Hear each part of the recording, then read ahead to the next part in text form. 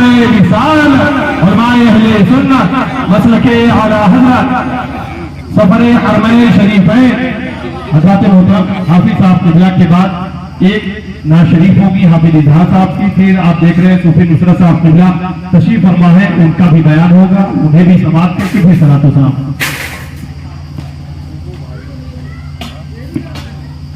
حسیب بھائی بھی نہیں جائیں گے، ان کو بھی نعت شریف پڑھنا ہے۔ حامدا ومصليا بعد اعوذ بالله من الشيطان الرجيم بسم الله الرحمن الرحيم اذن في الناس بالحج صدق الله المولانا العلي العظيم وصدق رسوله النبي الامين الكريم ونحن على ذلك لمن الشاهدين الشاكرين والحمد لله رب العالمين۔ درود پاک پڑھنے اللہم صلی اللہ محمد وعلى آل محمد بقدر حسنه بجماله صلی اللہ تعالی علیہ وسلم۔ حصول برکت کے لیے مرتبہ اور پڑھنے اللہم صلی علی محمد وعلى آل محمد بقدر حسنه بجماله صلی اللہ تعالی علیہ وسلم۔ حضرات، یہ محفل پاک سفر حج کے موقع پر منعقد کی گئی ہے۔ دعا ہے کہ اللہ رب العزت اس محفل کی برکت سے ان کے سفر کو آسان فرمائے اور حج کے سارے ارکان بحسن خوبی ادا کرنے کی توفیق دے۔ حضرات، آمین ثم میں تو یہ سمجھ رہا تھا کہ یہ پروگرام 10 بجے تک آخر ہو جائے گا، نہیں ہو پائے گا۔ صرف میں جو شعر پڑھتا ہوں اور مختصر گفتگو۔ اعلیٰ حضرت ادب برکت نے کہا ہے کہ بھینی سہانی صبح میں ٹھنڈک جگر کی ہے، بھینی سہانی صبح میں ٹھنڈک جگر کی ہے، کلیاں چنی دلوں کی یہ ہوا کدھر کی ہے، اور شکر خدا کی آج سفر آج گھڑی، شکر خدا کی آج گھڑی اس سفر کی ہے جس پہ نثار جان فلاح و سفر۔ واہ واہ سبحان اللہ۔ حضرات،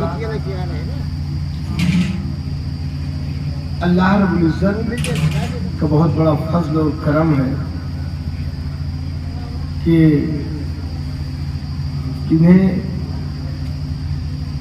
وہ سعادت نصیب ہو رہی ہے کہ جس کے لیے بہت سارے لوگ خواہش مند ہوتے ہیں، اور یہاں پر پیسہ یا طاقت نہیں، مجھے تو لگتا ہے کہ فضل ربی ہے، بے شک بے وہ شک۔ جسے چاہتا ہے وہاں بلا لیتا ہے۔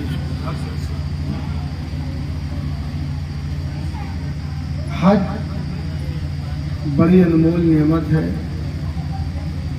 جو لوگوں کو نصیب ہوتی ہے۔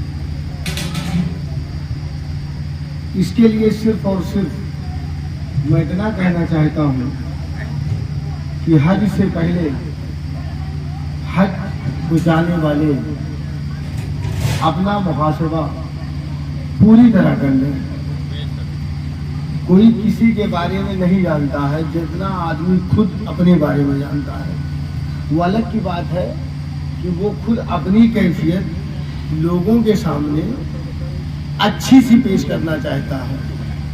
جو خرابی اور برائی ہوتی ہے وہ اس کو لوگوں میں ظاہر نہیں کرنا چاہیے بھی نہیں، لیکن کمی جو اپنی ہو محاسبہ کر کے اس سے دور ہو جانا چاہیے۔ مسلمان کو تو کبھی بھی زیب نہیں دیتا کہ وہ کام کرے جس کو رسول اللہ نے منع کیا ہے، اور وہ کام کبھی نہ چھوڑے جس کو رسول اللہ نے کرنے کے لیے کہا ہے۔ لیکن ایسے موقع پر اگر ہم جا رہے ہیں تو چاہیے کہ ہم اپنا محاسبہ کر لیں، ساری کمیوں کو پوری طرح سے دور کر لیں۔ گھر سے نکلنے کے پہلے حج کے لیے جب نکل رہے ہیں تو جس سے جتنے معاملات ہوں اس کو حل کر کے، اور اگر سیرت کی وجہ سے یا کوئی زبان کی وجہ سے کوئی کمی رہ گئی ہو یا کسی کا دل دکھا ہو تو اس سے معافی مانگ لینا چاہیے۔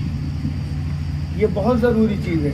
جیسے لوگ یہ سمجھتے ہیں کہ اور لوگ بیان بھی کرتے ہیں کہ جب کوئی حج کرنے جاتا ہے تو حج کر کے لوٹتا ہے تو ایسے ہو جاتا ہے جیسے اماں کے پیٹ سے پیدا. بے شک بے شک. اور پھر حاجی صاحبان لوگ پھولے نہیں چڑھاتے تو سوچتے ہیں اب تو ہمارے دونوں ہاتھ میں لڈو ہو گیا, اب تو ہم اماں کے پیٹ سے پیدا ہو گئے. میں آپ کو بتا دوں بات سخت ہے لیکن بہت ضروری ہے. سچی بات تو یہ ہے کہ جب ہم آپ کوئی بھی نکلے تو سب سے پہلے یہ دیکھ لے کہ میں نے کس کو تکلیف دی ہے, میری وجہ سے کس کو تکلیف ہوئی ہے, اس سے معافی مانگے. اور اگر کسی نے کسی کو تھپڑ مار کے تکلیف دیا ہے تو صرف یہ مت کہہ دو کہ معاف کر دو, پہلے اپنا گال اس کے سامنے کرو اور یہ کہو کہ میں نے تجھے تھپڑ مار کے تکلیف دیا تھا, لو تھپڑ مار لو اور مجھے معاف کر دو. ایسے معافی مانگنا یہ ہمارے لیے لازمی اور ضروری ہے. جیسے کسی نے کسی کی زمین حافظ ہو رہا ہے, کسی نے کسی کی زمین ہڑپ دی, مثال کے طور پہ 15 لاکھ کی زمین ہڑپی, 5 لاکھ حج میں لگا دیا, ایسے ہو گیا جیسے اماں کے پیٹ سے پیدا ہوا, تب تو دونوں ہاتھ میں لڈو ہے. مافیا تو پھر جنتی ہی جنتی ہے, ہر دم اماں کے پیٹ سے پیدا ہو رہے ہیں. آپ 50 لاکھ کی زمین ہڑپو اور اس کے بعد جا کر کے اس سے کہہ دو بھیا معاف کر دو, معافی مانگنے جاؤ کوئی بیچارہ ڈر تمہارے معاف کر دیا, اور آپ نے 5 لاکھ لگایا 45 لاکھ بچ گیا, تب تو آپ خوب کرو یہی سب. ایسا نہیں ہے.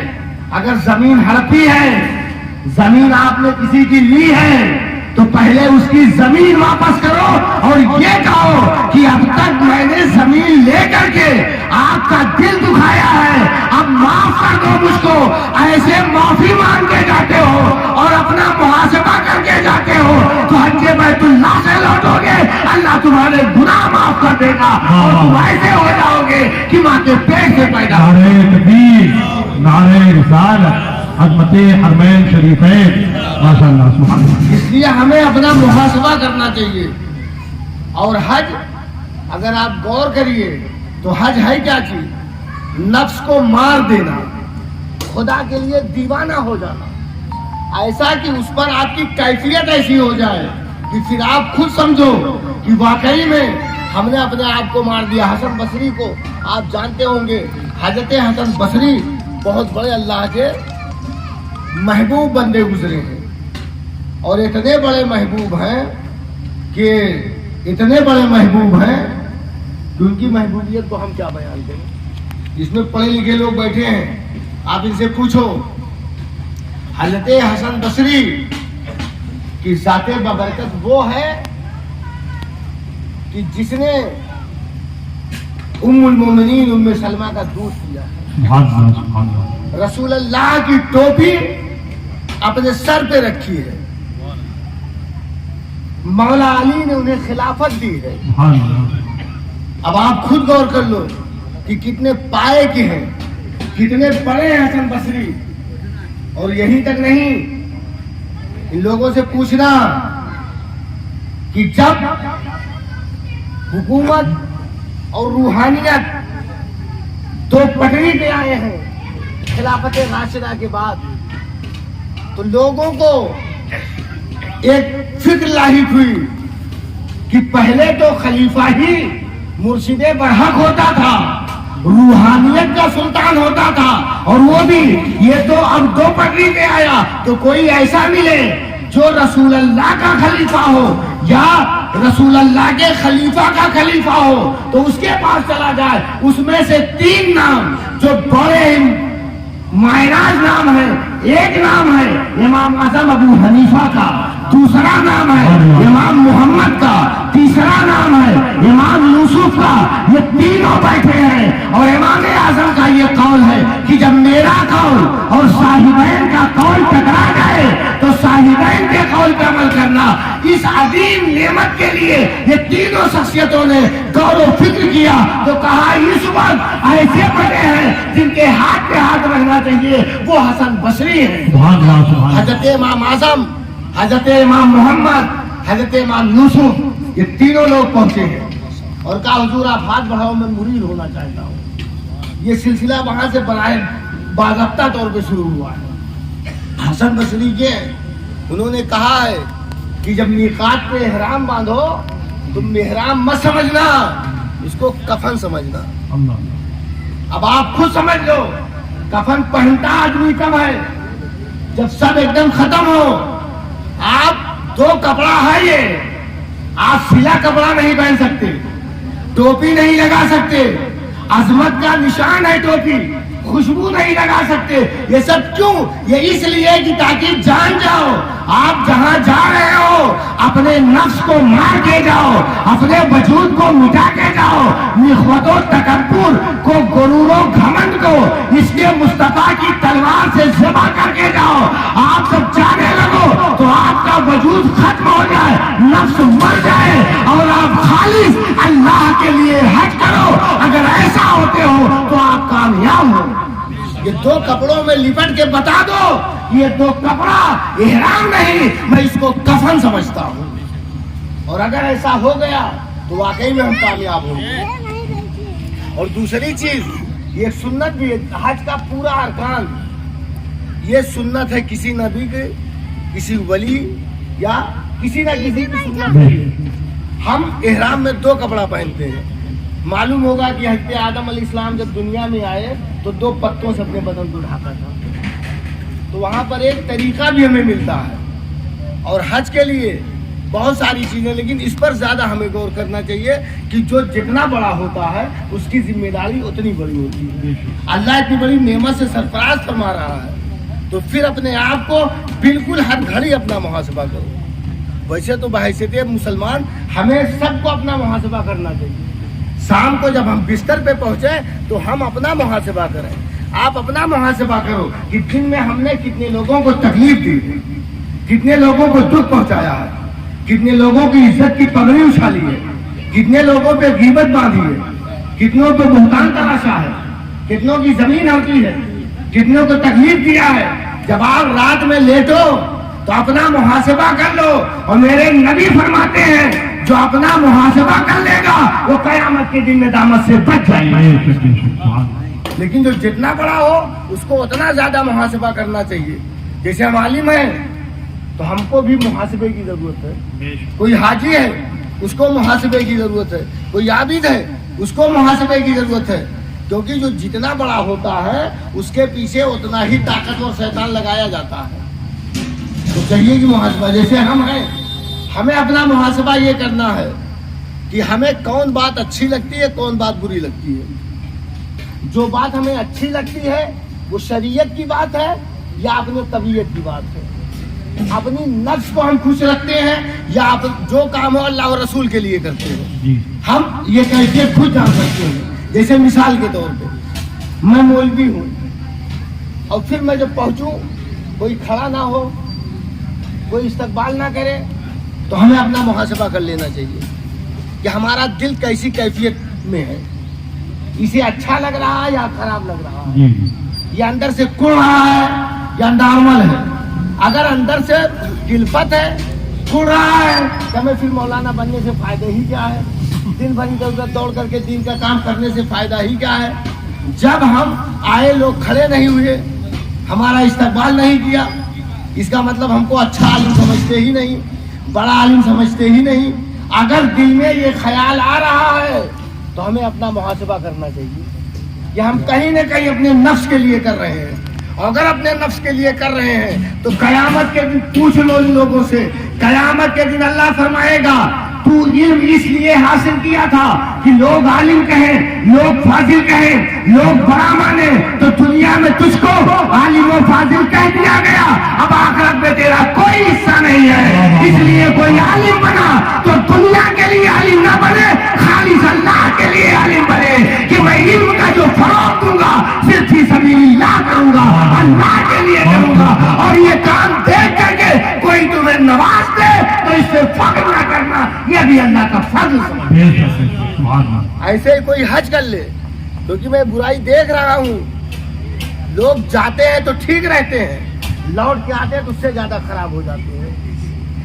वो ऐसा कि वो हज करने के बाद उनके दिमाग में आता है अब तो मैं अम्मा के पेट से पैदा हो गया हूँ, जितना गुनाह था सब खत्म है। फिर वो सोचते हैं लोग मुझसे सलाम करें, लोग मेरा इस्तकबाल करें, लोग मेरे लिए खड़े हों, लोग मुझको हाजी साहब ही कहें, अगर किसी ने नाम ले लिया तब मेरे साथ इमरान ऐसा बीता, एक साहब थे मैंने उनको बुला लिया चच्चा कह के, तो कहते नहीं मुझको हाजी साहब तुम कभी नहीं देते, हाजी साहब कहाँ करो।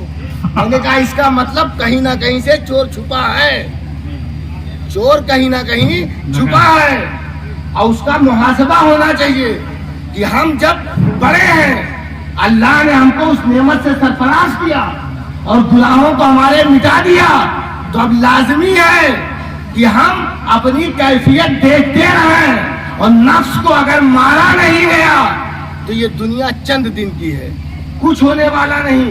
कोई 60 साल, कोई 70 साल की जिंदगी है, उसके बाद क्या, उसके बाद तो मरना ही है। तो उससे पहले अपनी नफ्स को मार डालो, उसके पहले खुद मर जाओ, उसके पहले अपने वजूद को खत्म कर लो। अगर ऐसा कर लेते हैं, आप एक बात बताओ, मेरी यही 5-7 मिनट में अपनी गुफ्तगू को इख्तिताम की तरफ ले चलूं, आप सच बताओ कि हम आप इतने लोग हैं, कितने लोग ऐसे बैठे इसमें, हम जानते तो सबको हैं, लेकिन लोगों की दिल की कैफियत तो नहीं जानते, हम अपनी कैफियत जानते हैं। इसमें कितने लोग हैं जो सिर्फ अल्लाह के लिए नाराज होते हैं, इसमें कितने लोग बैठे हैं जिनकी नाराजगी सिर्फ अल्लाह के लिए होती है, जिनकी खुशी सिर्फ अल्लाह के लिए होती है।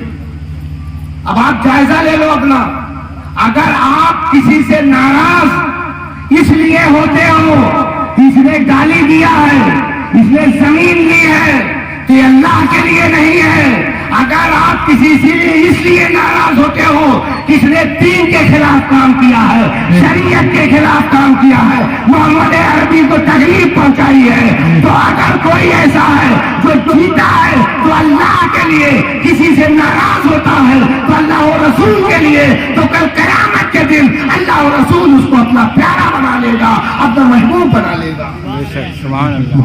ये आप तहैया करो कि मेरी नाराजगी दुनिया के लिए नहीं होगी, मेरी नाराजगी अल्लाह के लिए। लेकिन अफसोस है कि हम अपने लिए तो नाराज होते हैं।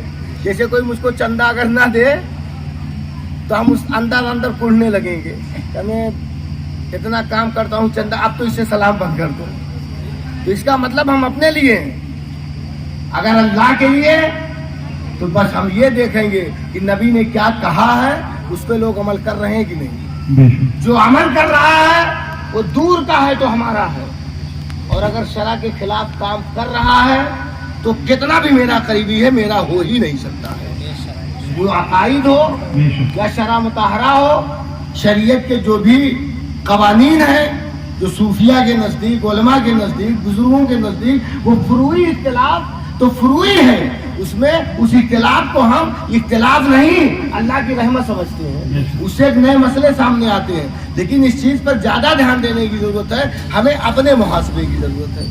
हम अपना मुहासबा कर लें ताकि वाकई में हम कामयाब हों। आप जो हज करने लोग जाते हैं, हज में क्या है, यही सब तो कराया जाता है, कहीं दौड़ाया जा रहा है, कहीं बैठाया जा रहा है, कहीं रुकाया जा रहा है, कहीं घुमाया जा रहा है, यही सब तो हो रहा है पूरे हज में। और ये हज है, सुन्नत है किसी की। हमें लगता है कि इंडिया से वहाँ इसीलिए बुलाया जाता है कि यहाँ पे तुम्हें कुछ प्रॉब्लम था तो वहाँ जाकर के देख लो, ये तो करना ही करना पड़ेगा। तुम यहाँ चूमने से इनकार करते थे, वहाँ जाओ चूमो, वहाँ चूमना पड़ेगा।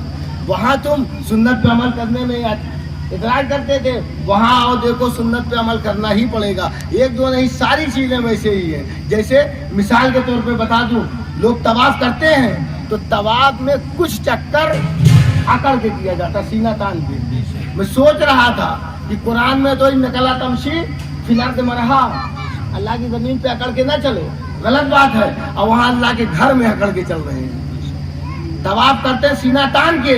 मैं सोचने लगा कि कुछ तवाफ का चक्कर जो है वो सीना तान के और कुछ नॉर्मल।